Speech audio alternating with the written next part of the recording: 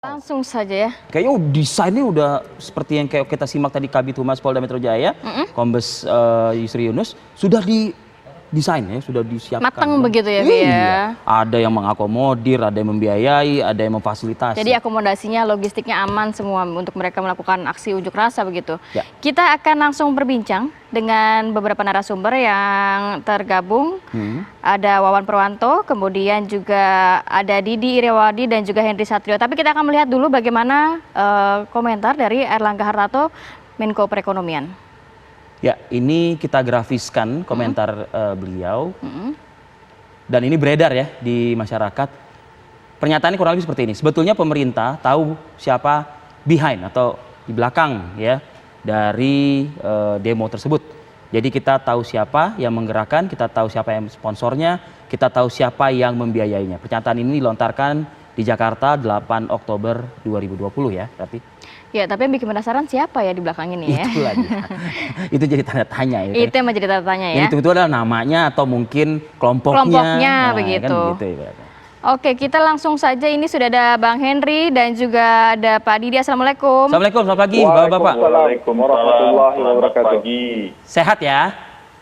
Alhamdulillah sehat. Alhamdulillah. Kita doakan selalu ya. Sambil menantikan sambungan dengan Wawan Purwanto, Deputi 7 BIN, saya ingin ke Bang Henry Satrio terlebih dahulu. Bang Henry, tadi kita memutarkan pernyataan atau quote dari Airlangga Hartarto, Menko Perekonomian, dan juga sebelumnya ada pernyataan dari Kabid Humas Polda Metro Jaya mengenai aktor ya, ataupun juga dalang, sponsor dan sebagainya. Dari aspek komunikasi yang disampaikan oleh penyelenggara negara kita, bagaimana Anda melihatnya? Ini mohon maaf sekali, justru yang disampaikan oleh Pak Menko itu nggak menyelesaikan masalah kan, jadinya akhirnya menambah polemik yang terjadi aja. Mungkin masyarakat yang sedang turun menyampaikan aspirasi tersinggung sehingga disalurkan aspirasi tersebut dengan cara yang menggunakan emosi gitu. Menurut saya sih begini aja. Lebih baik anggota DPR atau pemerintah itu tidak menyampaikan hal-hal yang menimbulkan polemik lainnya, tapi justru membuka ruang dialog saat itu, karena kan pendemo kan juga rakyat juga. Bahkan salah satu isu yang warawiri berkembang kan sampai hari ini juga belum dijawab. Benarkah draft final RUU Cipta Kerja itu memang belum selesai atau belum ada?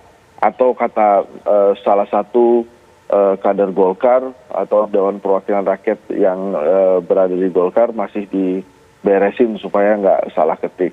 Benar nggak itu terjadi? Sebab menurut saya terlepas dari demo yang kemarin, dan saya terus terang juga menyesalkan tindakan anarkis dan kemudian pembakaran yang sebenarnya tidak perlu terjadi, itu lebih menakutkan kalau draft finalnya memang ternyata nggak ada gitu, karena akhirnya gosip isunya bisa berkembang kemana-mana, Mas Rifi, termasuk apakah nanti akan ada pasal-pasal yang dihapus atau ditambahkan tanpa mengurangi rasa hormat. Dan saya pasti percaya DPR tidak melakukan itu, tapi ketakutan-ketakutan itu bisa saja muncul. Nah, ini makanya saya senang sekali ada Mas Didi ini. Oke, nah itu dia. Kalau tadi Anda menyebut tanpa mengurangi rasa hormat, saya pun juga tanpa mengurangi rasa hormat saya kepada ketajaman ilmu politik dan komunikasi Anda, Bang Henry ya. Nah, tapi kalau misalnya Anda bukan cenayang, tapi kalau misalnya dari penyampaian Menko Perekonomian ini, siapa sih siapa yang sedang ditunjuk oleh beliau begitu? Kok seperti ada berkali-kali behind, lalu sponsor, lalu menggerakkan, ada 3 kata gitu di situ. Iya, makanya itu dia kan tadi Mas Riki sudah bilang saya bukan cenayang, makanya saya juga nggak tahu gitu. Tapi nampaknya Menko Perekonomian Pak Airlangga kesel betul gitu adanya demonstrasi yang apakah terjadi. refernya Menko Perekonomian ini kepada pihak-pihak yang elit ya, terutama elit yang jelas-jelas ya di layar kamera menolak gitu loh? Ya, justru karena pernyataan Pak Airlangga itu akhirnya ada juga kelompok masyarakat yang menduga-menduga kan.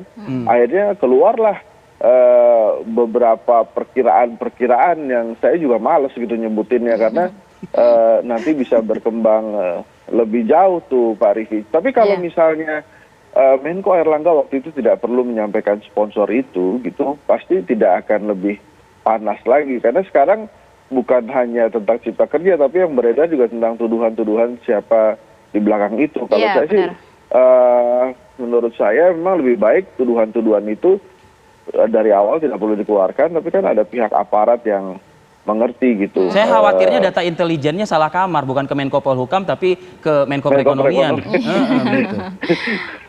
Baik, coba kita Ya, ke kalau tadi kan tadi Mas Henry mengatakan bahwa sebenarnya ini juga akhirnya masyarakat juga berspekulasi siapa yang ada di belakang ini gitu. Sedangkan kalau kita melihat di tayangan saat rapat paripurna ya hanya 2, PKS dan juga Demokrat yang menolak. Ya. Mas Didi, Iya, Anda baper nggak Mas Didi?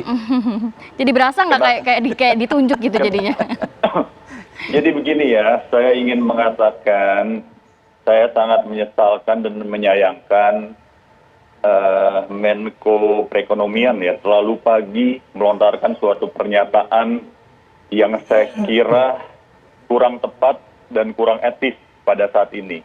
Ya, ini kan saya meyakini gerakan para buruh, mahasiswa, masyarakat madani, dan berbagai elemen masyarakat lainnya, ini adalah gerakan murni dan tulus yang mereka ingin melakukan penolakan terhadap RUU Cipta Kerja karena dirasakan oleh mereka RUU ini tidak adil dan belum memberikan ruang-ruang yang luas bagi aspirasi, masukan-masukan bagi mereka, keinginan-keinginan dari mereka agar tercapai undang-undang yang adil, undang-undang yang menyeluruh, yang menjamin masa depan mereka, nasib mereka ke depan. Jadi sekali lagi saya ingin mengatakan terlalu dini dan terlalu pagi apa yang dilontarkan oleh Menko Perekonomian. Kenapa Menko Perekonomian pula yang Mengeluarkan statement itu ya? membuat pernyataan ini ya? Ada pernyataan dari Menko Polhukam juga, Prof. Mahfud Tetapi MD, sekali lagi, Mas Didi? Tetapi sekali lagi, yang terbaik saat ini tentu membuka ruang dialog yang sebesar-besarnya, mendengarkan aspirasi itu sebaik-baiknya, hingga suasana menjadi sejuk. Jangan suasana apa yang sudah panas ini malah dari pihak pemerintah membuat semakin panas, sehingga timbul spekulasi-spekulasi Mas yang Didi? kurang baik, timbul penafsiran yang kurang baik. Ini tentu jauh dari prinsip-prinsip damai yang kita inginkan ya, prinsip-prinsip damai negara yang sejuk. Mas Didi? Ya. Ya, kita sepakat fokus juga ke sana, tapi di satu sisi ada pernyataan dari Kabid Humas Polda Metro Jaya tadi, Anda juga mungkin sudah mendengar bahwa ada yang memfasilitasi kereta, bus kepada mereka para perusuh-perusuh di ibu kota begitu. Anda mempunyai data soal ini nggak? Anda kebetulan di Komisi 3 juga kan, mitra dari kepolisian. Jadi Komisi 11 DPR. Sepengetahuan saya, mayoritas yang dilakukan ini adalah murni dari hati mereka ya. Tetapi jika mungkin saja dalam demo yang besar ini ada orang-orang yang bisa menyusup di sana, orang-orang yang bermain di air keruh, tentu kami menentang ini ya. Pihak-pihak yang melakukan anarkis ini tentu kami menentang. Tapi menurut hemat saya, tentu jangan terlalu dini melakukan tuduhan-tuduhan, malah situasi menjadi panas karena kan ada aparat penegak hukum ya. Polisi Lakukanlah bekerja sesuai dengan investigasi. fakta di lapangan kan Mas Didi? Ya itu tentu bukan berarti kalau ada 1-2 yang demikian yang ingin mengganggu kemurnian gerakan suci para buruh ini lalu menyimpulkan bahwa ini gerakan ini seolah-olah keseluruhan gerakan ini seolah-olah adalah gerakan yang ada sponsornya, ada yang bayar ini. Berarti kalau dari sisi Mas Didi memang ini sebenarnya saya rasa tidak fair demikian. Jadi harus dilihat secara keseluruhan bahwa gerakan ini gerakan murni dari masyarakat yang ingin perbaikan ke depan, Oke. saya kira ya. Nanti kita ke Pak Wawan. Pak Wawan sudah bergabung sama kami ya Pak Wawan ya. Ini nanti Iya, bisa sudah. dijelaskan mungkin apakah sebenarnya kalau misalnya ada suatu kerusuhan, kebanyakan akhirnya belakangan ini ya memang anarko-sindikalisme lah yang menjadi dalangnya atau ada apanya? Pelakunya. Pelakunya. Tetapi kalau misalnya dirunut, emang siapa Bang dalangnya? Kemudian siapa yang menjadi sponsornya juga? Tapi kita harus jeda dulu sejenak ya. Kita akan sambung lagi di segmen berikutnya.